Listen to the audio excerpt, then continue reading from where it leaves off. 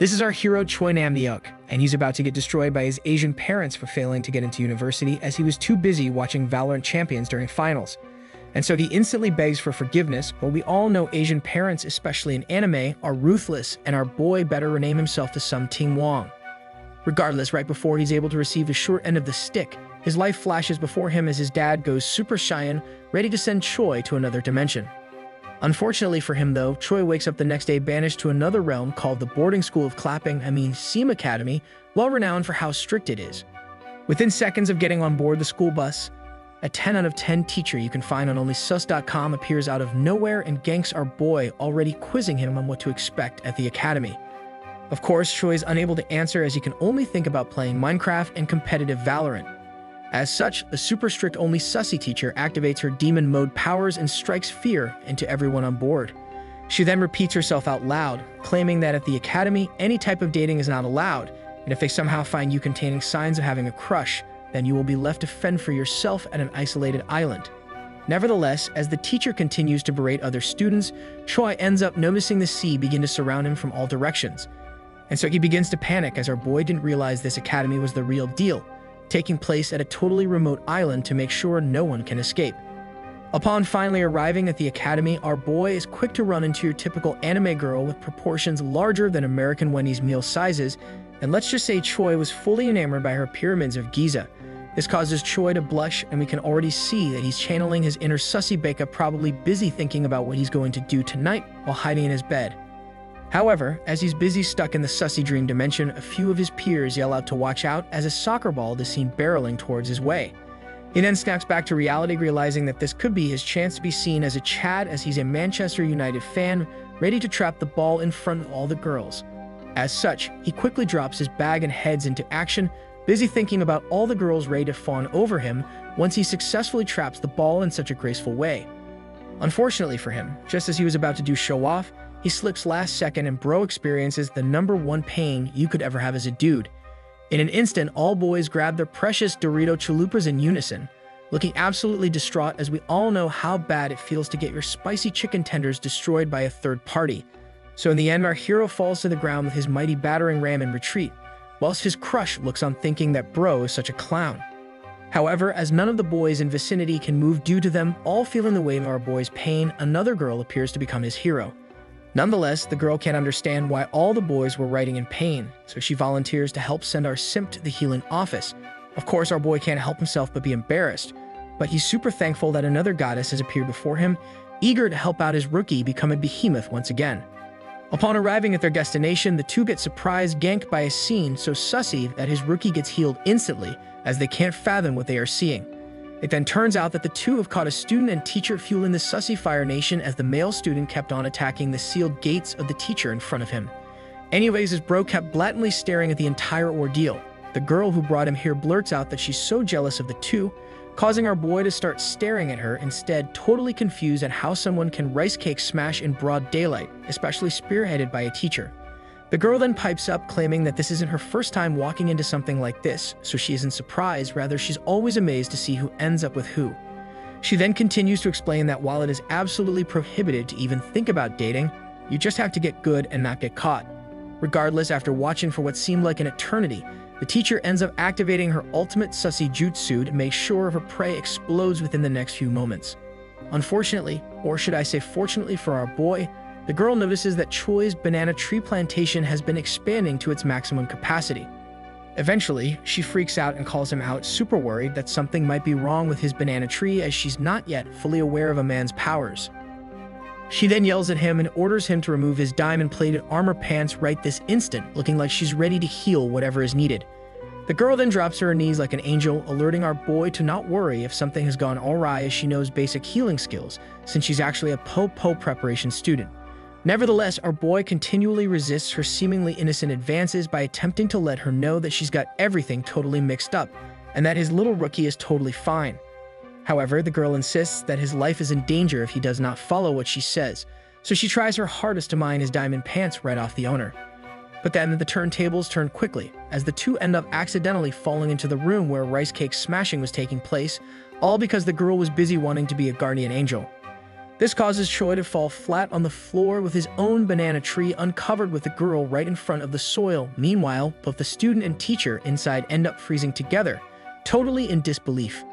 Our boy then hurriedly re-equips his diamond-plated pants, embarrassingly yelling back at the girl that it was just a misunderstanding, but both women in the room take a quick moment and marvel at his banana tree plantation before he was able to seal it up. Moments later, after everyone is back to their non-sussy selves, the boy busy rice cake smashing earlier ends up frustratedly asking what the heck these two are doing here, and I don't even blame him for being upset. As soon as the heated bro finishes his question, the girl that brought Choi to the area quickly exits the room and waves goodbye, making an excuse that there's people waiting on her. Choi is then left to fend for himself in front of two mega sussy bacchus on his very first day at the academy, so he tries to explain his situation, but who could really believe him? As such, the rice cake smasher bro sighs and actually face palms, unable to believe that his ultimate finishing move got interrupted by some weeb-looking newcomer. Regardless, the two boys decide to leave the room together, but as Choi leaves, a teacher makes a sussy face and tells our boy to make sure to come back whenever his rookie ever gets hurt again. Now we all know what she's trying to imply, especially in the context of very culture and action-packed anime. So bro is like, of course I will come back. Anyways, with the two boys leaving at the same time, Choi actually tries to befriend him after promising not to spill the beans, but the Chad just shrugs him off and continues on his way. We then fast forward to almost at the end of the day, where Choi finally gets to figure out his living arrangements and to see his first ever dorm experience. Upon finally making his way to the correct room, he happily opens the door, only to be unexpectedly greeted by another roommate. In an instant, Choi's smile is wiped away as he realizes that his roommate is the Chad from before, who's also not entirely excited that the new guy is the same dude that interrupted his seeds from flowering. Regardless, with the two stuck together for at least a year, they try to look past what happened today and end up introducing each other formally, where we find out our boy is actually 23 years old. Now, if you ask me personally, there's no way these guys look their age, but nonetheless, the first thing Choi asks is if his roommate Kim is dating the health teacher.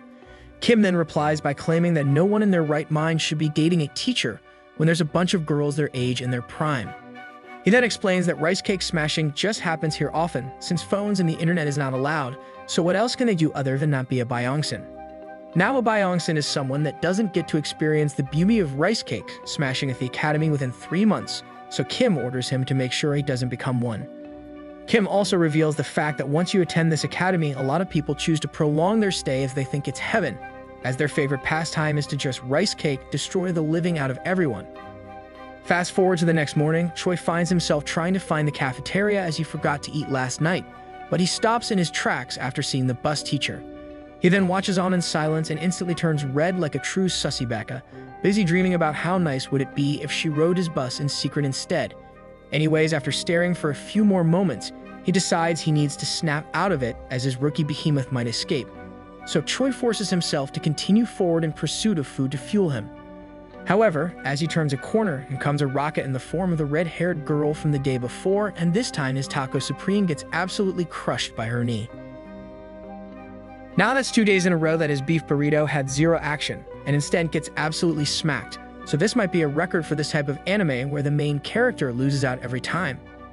Anyways, with the girl unsure on what to do, she just decides to apologize while our boy is busy hating his life. And to make matters worse, the girl actually just left him there to suffer and continued on running by like she's the Roadrunner from Looney Tunes. As such, our boy decides to just spend his Sunday morning just being chilling in an outside bench hoping that his little rookie will cool off, but I'm pretty sure he totally forgot about the sussy teacher's offer. However, as bro continues to cool down, he gets ganked by his crush carrying something with her. The girl then whips out bread from her bag featuring Team Rocket as she knows his banana tree will blast off once again soon enough.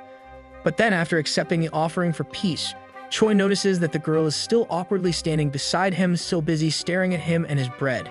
So he stops and realizes that maybe she's waiting on him to give her the sticker that all Team Rocket bread comes with, so he eagerly offers it to her. But as he offers the sticker to her, she pulls out a Mega Chad move instead, as she ends up taking the entire bread from him, leaving our boy totally confused. She then 2 bites it like a true champ, leaving her quite happy, right before she gets called forward by a few of her friends. Nevertheless, with Choi still deprived of some food, he musters up some courage and remembers that he needs to go visit the teacher from before as his Crunchwrap Supreme is starting to hurt even more. Upon arriving at her office, she tells him to sit down and decides to stare at him endearingly, wondering how a boy could get hit so many times in a row. However, I already knew this teacher was something else man, as she orders him to remove his diamond-plated pants so she can personally go check it out herself. Initially, our boy hesitates and slowly moves away, but she activates her sussy brainwash jutsu to tell Choi to not be embarrassed, as this is totally normal. In the end, our boy goes through with her demands, where she ends up giving a huge smile as she can't believe how lucky she is to witness the largest banana tree she's ever seen. And so she attacks like the Fire Nation, quickly aiming to swallow up the island containing his banana tree with one quick gulp. As Choi gets ready to face the full-on attack by the teacher, he accidentally activates the skill named Instant Harden, as bro became Instant Noodles, but the teacher gets even happier to see the tree being weaponized. Now if I was Choi, I wouldn't be embarrassed if someone wanted to heal my battering ram by removing my fitted armor pants. But as sussy as the teacher is, she tells him to hold on as she's ready to treat it. Suddenly, our boy feels some kind of wet calamari circling his bean burrito. So he opens his eyes and wonders what the heck is going on, even though bro doesn't even have any plated diamond pants equipped anymore. Upon looking down, Choi realizes that the health teacher is currently busy treating his Geodude by treating it as a Slurpee, and let's just say she's destroying and swallowing it like a championship Slurpee drinker. Of course, instead of shutting up and letting fate happen just like what happened to the Chad from before, our boy pipes up and questions the teacher about her questionable practices. She then replies by continually making Choi look like he's about to explode his volcano, and then stops for a moment because her jaw tightens started to hurt as she can't fathom how large his weapon is. Regardless, our boy quickly gets appeased by her compliment, but then he realized he can't get carried away, so he leans in closer, asking her why she's drinking his lemonade if she said her job was to fix it instead. However, Miss Sussy gets absolutely angry that the boy has been asking too many questions, so she begins Harambe gripping the banana plantation tightly, ordering Choi to just enjoy the ride. As such, Choi settles down as he can't do anything but let the Fire Nation attack and take over his plantation, but at least it looks like he's in utter bliss. Unfortunately, Miss Sussy stops for a second, claiming that it's impossible to breathe because the battering ram she's trying to destroy is way too big for her gates and back door. So instead of continuing to taste all Starbucks drinks, she pulls out her secret forbidden abilities and tells our boy that it's time to wrap his bean burrito entirely with her fish rice bowl. And to do so, she rips open her white decorated armor, but of course our boy is still somehow hesitant even though his chicken tenders were already ravaged by the Sussy wave. Luckily for Choi though, she gives no crap at all about his dumb remarks, so she proceeds to continue her plan she promptly named Order 69, allowing her Sussy power levels to skyrocket through the roof. Eventually, the teacher breaks the silence like a true anime character, causing our boy to blush as she sweetly tells Choi that today might be his luckiest day ever. And so it was, as his anime gaming dreams start getting fulfilled, as bro always wanted the Sussy Baldur's Gate experience. Anyways, very long story short, bro ends up turning the turntables as he's the one that became the attacker of gates, as the city got absolutely ran over with Choi's champion. And so our bro leaves totally satisfied as if he ate his favorite Panda Express meal, claiming that he has to go take his placement exam now, but he's super happy that his problems were fixed perfectly. Simultaneously, right before Choi closes the door, the teacher yells out to make sure to visit her whenever he has a problem, as she knows she can fix it anytime, anywhere. So fast forward the next day, we find Choi busy cramming since he's still trying to make it to university. And today just happens to be the day where our boy is about to receive the results of his placement exams, hoping that he could at least be better than the average Joe. Upon taking a closer look at his results, he gets a flashback to him playing League of Legends all day as he apparently made it to the Platinum class. But since he's Asian, being a top 15% student isn't enough, as he hoped that he would at least surpass Emerald and land into the Diamond class. Nevertheless, as our boy sulks about landing basically what's equal to a B, he realizes his shoulder has been randomly ganked, causing him to turn around. To his surprise, the girl who broke his little precious yesterday came to say hello, so our boy's frown is quickly turned upside down as he realizes his crush landed in the same class. She then asks if she can sit beside him, to which of course our bro instantly agrees to, trying to act cool and all, but the only thing he can think of is if this is destiny and not the game. After sitting down, the red-haired girl, or is it pink? Let me know in the comments below, introduces herself to Choi as Animaan, and bro didn't even have to ask. Our boy then crosses his arms and introduces himself, still stunned at the fact that in this school the girls keep talking to him, while in his old school every girl ignored him. Anyways, soy boy Choi randomly comments about how she must be so popular, and that she probably has a lot of male friends. However, Ayan rocks him back to reality and reveals that she actually has none and never hangs out with boys, but Choi is an exception today since he shared his chocolate bread with her, presumptively hinting that she's the queen of mukbangs. Unfortunately, the two's bonding experience get interrupted by their teacher, yelling at everyone to stop talking, but the old man looks like a non-fat Inoki from Naruto.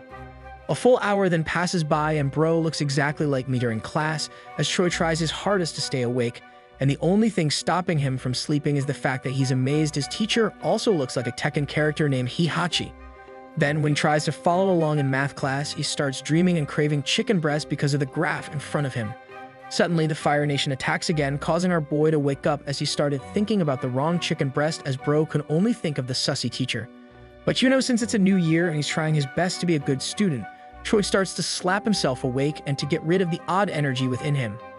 Eventually, the boredom class finally ends and the only two left still sitting in their seats is Ayan and Choi.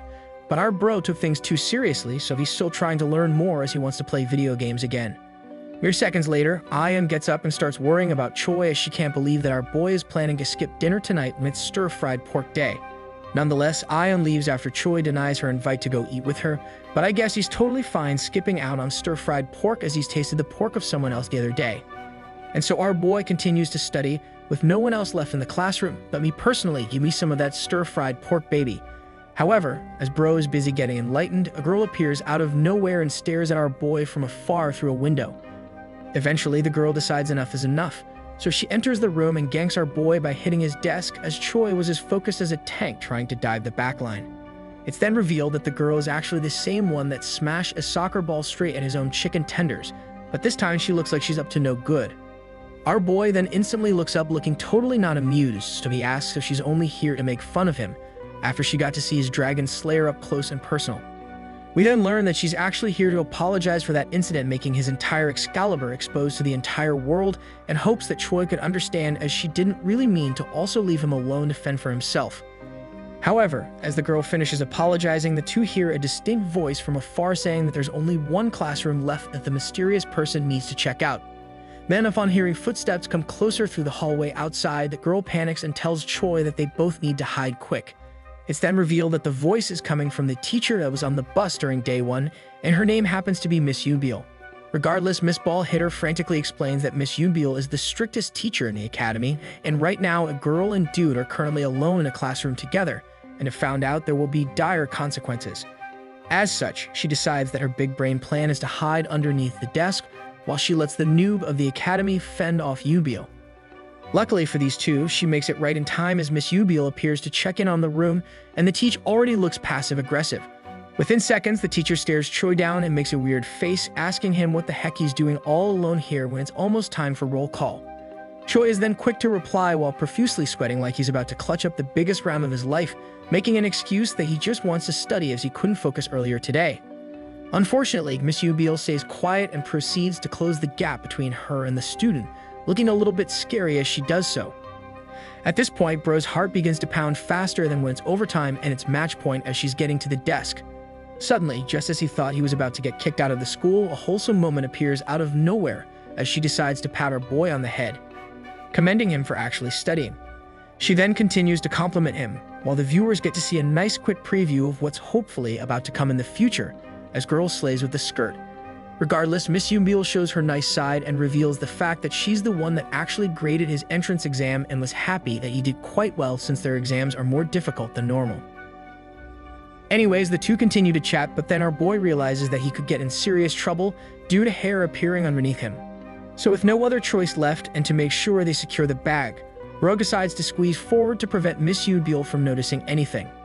Unfortunately for the girl playing hide and seek, his actions cause her to be unable to move and leaves her stuck right at his banana tree plantation level. Suddenly, things get even worse for her as Bro accidentally matures the tree as his sword decides it's time to reach its full potential, causing the girl to get surprisingly ganked. The turntables then turn, even with Miss Yoonbil leaving the room, due to the girl now remembering the day she got to uncover the behemoth that Choi was hiding. So she decides to unravel the behemoth once again, causing our boy to wonder what the heck is happening as he suddenly feels fresh, cool air invade his ender dragon. Regardless, Bro begins to hear the same words that were uttered by the health teacher, as the girl tells him to hold still like the mannequin challenge. Unfortunately for her though, Bro gets up just as she was about to attack a fresh crunch wrap supreme where our boy begins to yell at her totally confused, wondering how she could be a po-po officer if she keeps trying to do things like this. The girl is then left speechless, just like me, as I can't figure out why bro keeps letting girls do the same thing over and over, then proceed to back out like a total wimp. As such, the girl gets up as well, frantically apologizing, and tries to blame it on her estrogen levels being way too high this week, as she apparently craved some vitamin D. Shortly after mumbling her apology exactly like her idol Kendrick Lamar, she proceeds to hurriedly leave the room and tells our boy she will never show up in front of him again. But you know what, guys, our boy has to be a sussy backa after all, so he yells out that he's sorry too and tries his best to stop her from leaving. Of course, after Choi sincerely apologizes about making fun of her dream, the girl ends up looking like she's fallen in love, but maybe it's just the sussy taking over. Nevertheless, the two end up clearing all the bad blood between one another, as both happens to be massive Taylor Swift fans. But they also end up finally introducing their names to each other. After formally introducing themselves to each other, it's revealed that the girl's name is Yang Jae-hee, and Choi finally finds out that it was her who smashed the soccer ball straight into him. Regardless, our boy gets a little bit frustrated upon finding out, but ends up thinking that not only is this girl smashing like Madison Beer, but she also plays sports. Suddenly, things go quiet as the two end up running out of things to talk about, so our bro decides to make a joke and goes, "I'm pretty huge, right?" He then follows up the charade with a Grammy-winning performance by pointing at his behemoth, whilst simultaneously asking if she wants to take a peek at Goliath again. Much to the surprise of Choi, Ji actually replies by shyly saying yes, where she also claims the fact that she's never seen such a masterful sword in her entire life. Of course, our boy was boneheaded the entire time, as he was literally joking. So Choi is left stunned and speechless, unsure of what to do. But since this dude is the luckiest man alive, he doesn't have to do anything, as Jae decides to level up by asking if she could be the David to his Goliath one last time. This time, bro is still left shocked at what's unraveling. So he sheepishly asks if she's actually not joking, to which she replies that she's absolutely serious. Eventually, our boy relents but claims that Jae needs to do all the work in releasing his Minecraft cart out of his diamond mine, due to him being too embarrassed to do it himself. And so she actually completes his quest and proceeds to endearingly ask if she can inspect the nether driving even closer. However, since our boy has already experienced his first ever Sussy Nation attacked, he realizes that he's a mega sussy backa and it's time to experience more prime rice cake smashing with someone his age, so he agrees. Eventually, bro claims that it's not fair she's the one only playing Minecraft around here, so he takes the matters into his own hands and proceeds to play intense Roblox with her. Things then evolve into a full-out brawl as time quickly passes. Unfortunately, the two sussy masters get interrupted by a blaring alarm notifying everyone that there's less than 30 minutes until curfew is enforced. Upon hearing the news, Ji quickly equips her full set of Bando's armor and barges out the room like the Flash, telling our boy that they need to leave now as they'll start roll call any moment. As such, our bro is totally left by himself again, and let's just say his shirt is blue this time because it's clear bro got absolutely clapped by blue soccer balls. The story then continues with a disappointed Choi deciding to leave the classroom, as bro can't believe he was literally so close to the protein finish line, only for him to get blocked last second by the alarm. However, just as he's about to exit the classroom, the door opens before him as he gets ganked by the Sussy Nation. It's then revealed that behind the door was Jae-hee herself, looking like she regretted disappearing from the fresh vanilla ice cream she could have downed, so now she's back to make amends. Jae-hee then barges straight in like a true strong independent woman with the largest city dump truck, where she uses her massive truck to close the door. Of course, our boy is utterly confused as he can't understand what caused the drastic change in Jae-hee, but we all know bro is loving every moment. Now with Jae-hee absolutely smitten by his vanilla ice cream, she quickly urges Choi to get ready to send his train ramming through the narrow train tracks of the township of Jae-hee, as they only have 15 minutes before the teachers appear. And so the two quickly close the gap between each other faster than a fully ulted neon running it down the site, where they begin to commence romantic attacks. Unfortunately for these two though, Choi decides to go through the nice guy's finished last route by going slow and steady. But Jae-hee has other plans, so she starts telling him to be a man as they need to quickly finish faster than one pump man. As such, they get on with the program as fast as they could, so Jae-hee, like a true Stacy, jumps on top of a desk and orders Choi to put in the key inside her gate as fast as possible. And so our bro does as she expected, but she randomly tells him to stop right before his majestic entry into the city of Jae-hee, as she didn't realize bro was built wider than those 22-lane highways in California. Nevertheless, time is ticking, so our boy has no choice but to start riding the battering ram into her sunset, causing Jae-hee's feet to curl due to the magnitude of the impacts from Choi. Eventually, the two lovebirds get interrupted in the middle of their mating call as another announcement echoed throughout every room, ordering every student to be in their respective rooms as it's time for the final check. As such, Mr. 22-Lane Highway packs up instantly as he knows his Asian parents will whoop him into another dimension if he gets expelled from the academy.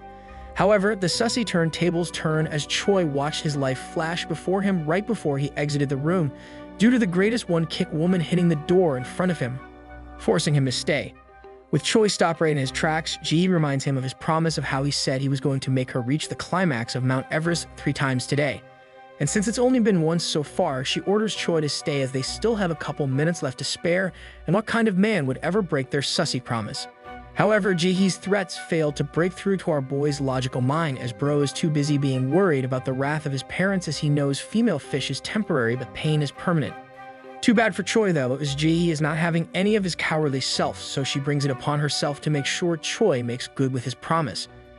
And so the rest was history, as Choi trades his future anime life for some current relief, as Jihee decides to transform into a mythical mount made specifically for Choi to enjoy. In the end, lightning began erupting from Choi's tree straight into his target, as if he's the god Thor, causing Jihee to overflow with lightning more than once. So now with his promise ultimately kept, all thanks to Jihee transforming into that girl on the block, he decides to dip this time as there's literally only a few seconds to spare. Bro then began sprinting like his life is on the line, not wanting to be expelled, but truth be told, Bro was running faster than me when I have to urgently explode a bathroom. Upon making it inside his room, Choi prepared for the worst as he quickly places down his belongings and asks his roommate if the inspector showed up moments before.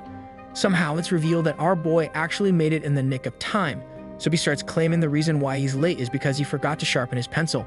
Regardless, Kim shrugs off his excuse, but he gets annoyed that Choi can't admit that he just had some rice cake destroying experience, as Bro is being more cringe than a cringe lord. Nonetheless, just as Kim was about to scold our boy for being weird about it all, one of the inspectors barge in and interrupt them for the roll call. Shortly after, all the lights within the dorms began shutting off one by one, so Kim decides to go to sleep, but Choi looks like he's experiencing his first ever post-explosion clarity. Now equipped with the grand knowledge of the world due to his post-hazelnut clarity, he decides to go with the "Hey, are you up, bro?" move on Kim, causing him to be totally frustrated as he just wants to catch some Z's. Initially, Kim feigns being fast asleep, but it fails to fend off Mr. Grand Clarity, so Kim ends up relenting and asks what the heck Choi wants. It's then revealed that our boy just wanted to know from a master rice cake smasher what to do once you complete a sussy 1v1 duel, as he has no clue about the proper etiquette. As such, Kim actually gives him good advice and tells Choi to just do whatever he wants to do, because if he's feeling a connection, then maybe he could pursue a relationship, or if it was just fueled by his banana tree, then keep her as a rice cake buddy. In the end, Kim rolls back into sleeping position and mumbles to Choi that everything here doesn't matter and to not get too attached, as everyone breaks up eventually.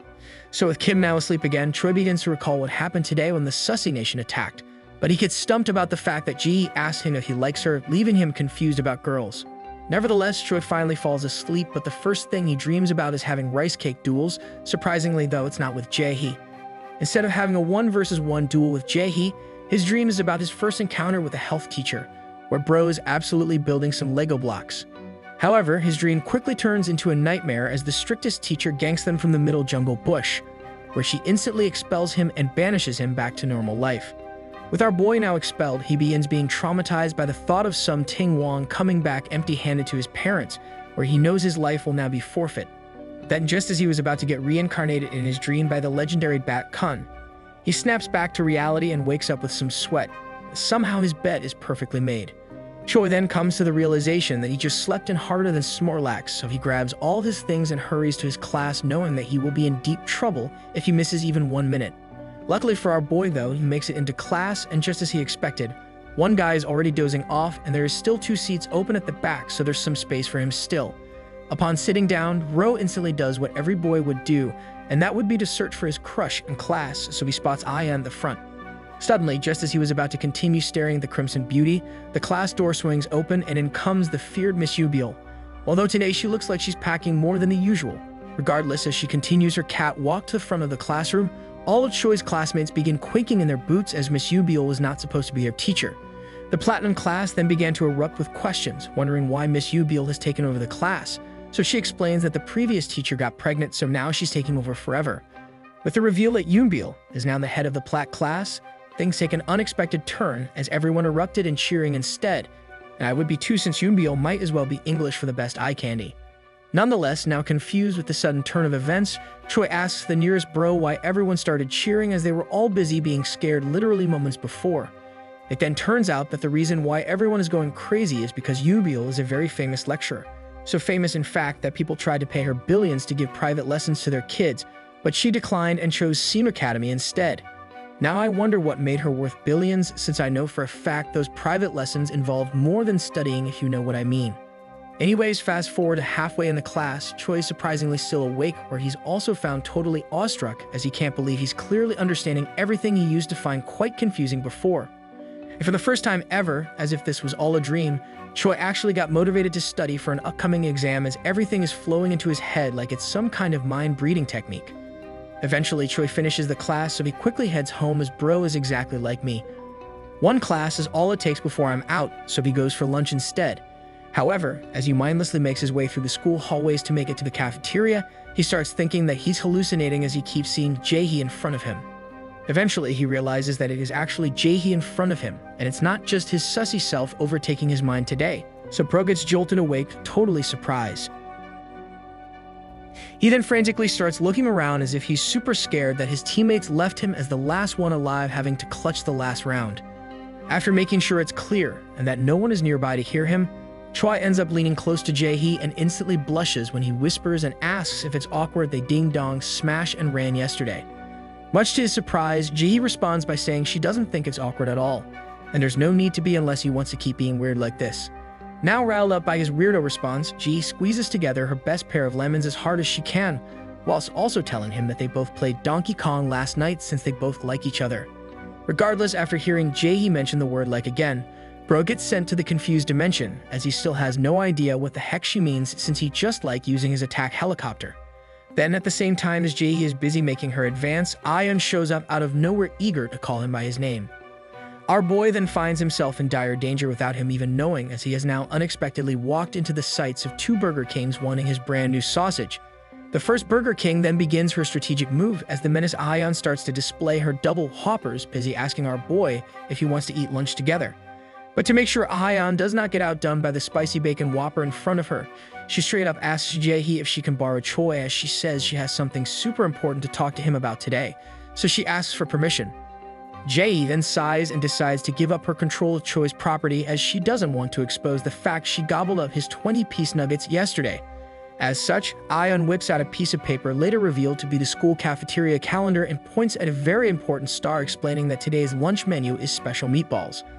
Ion, knowing that the secret to a man's heart is food, makes the claim if he decides to leave now and join her, then he can get extra meatballs, as she's super close to the lunch lady. Now stuck between a hard rock and an even harder one, Choi quickly swings the corner to take a peek at Jae-hee to make sure she isn't mad, but he ends up agreeing to Ion's offer. Unfortunately for our boy, he made the rookie mistake of not having a third eye behind his head, so he accidentally makes the miscalculation of thinking Jae-hee is totally fine with him having platonic lunch with his crush. She then starts questioning him like a controlling girlfriend, asking him more than once if he's going to have lunch right now, but he fails to capitalize on her hints. As such, he looks towards the cafeteria and confirms with her that his plan is to get lunch right now, as he's actually really hungry and he needs that energy right now. However, instead of getting sent straight to the dumpster for failing to correctly answer trick questions more than once, he gets shoved like a rag doll towards the closest wall by Jae-hee. She then instantly activates her sussy jutsu and asks again if he's sure he wants to get meatballs, or would he rather have his spaghetti and meatballs be the star of her dish right now. But as Jae-hee attempts even more of a crazy drive on his golf ball, our boy begins to panic again as he can't believe she would try such a thing right in the middle of a hallway. Nonetheless, Jae backs off and sighs as she can't fathom bro would actually pick meatballs over her, so she starts calling him out for actually choosing meatballs.